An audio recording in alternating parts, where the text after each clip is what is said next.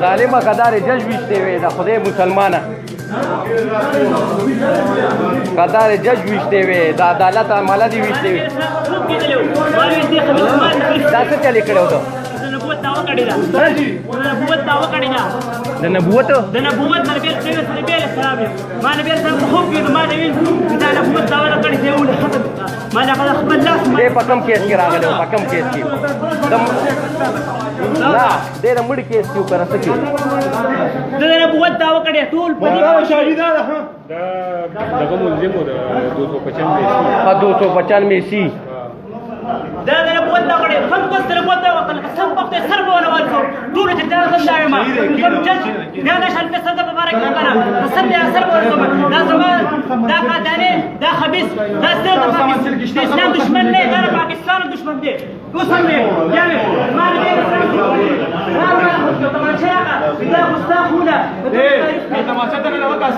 دا کم زی دا کم زی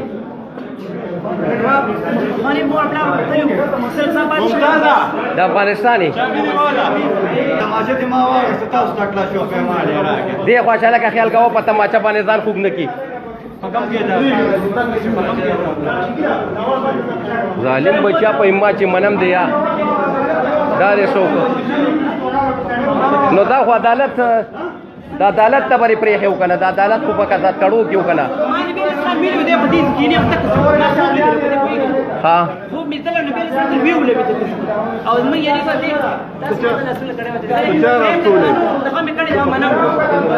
نه ته چا رسول چای نبی علیہ السلام رسول او تماچه دې څنګه روړه اگر خپل لاس مر کړ کړي دلته دې څنګه راوړه نبی علیہ السلام دغه ما هغه تماچه راکړل نشته رسول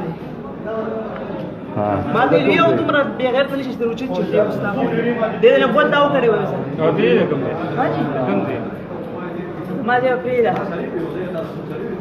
والله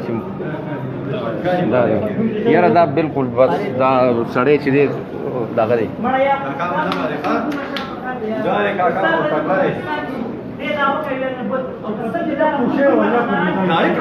یاره عالم دی یار والله دین نام لاری. سیالکوٹ سے اہم خبر شامل کرتے ہیں. صوبائی وزیر صحت پنجاب ڈاکٹر یاسین راشد نے خواجہ محمد صفدر میڈیکل کالج سیالکوٹ میں بایو سیفٹی لیول 3 کا افتتاح کیا. سیالکوٹ میں 4.5 ارب روپے کی لاگت سے 250 بیڈ کا ہسپتال کی تعمیر کا افتتاح وزیر اعظم اپنے ہاتھوں سے کریں گے.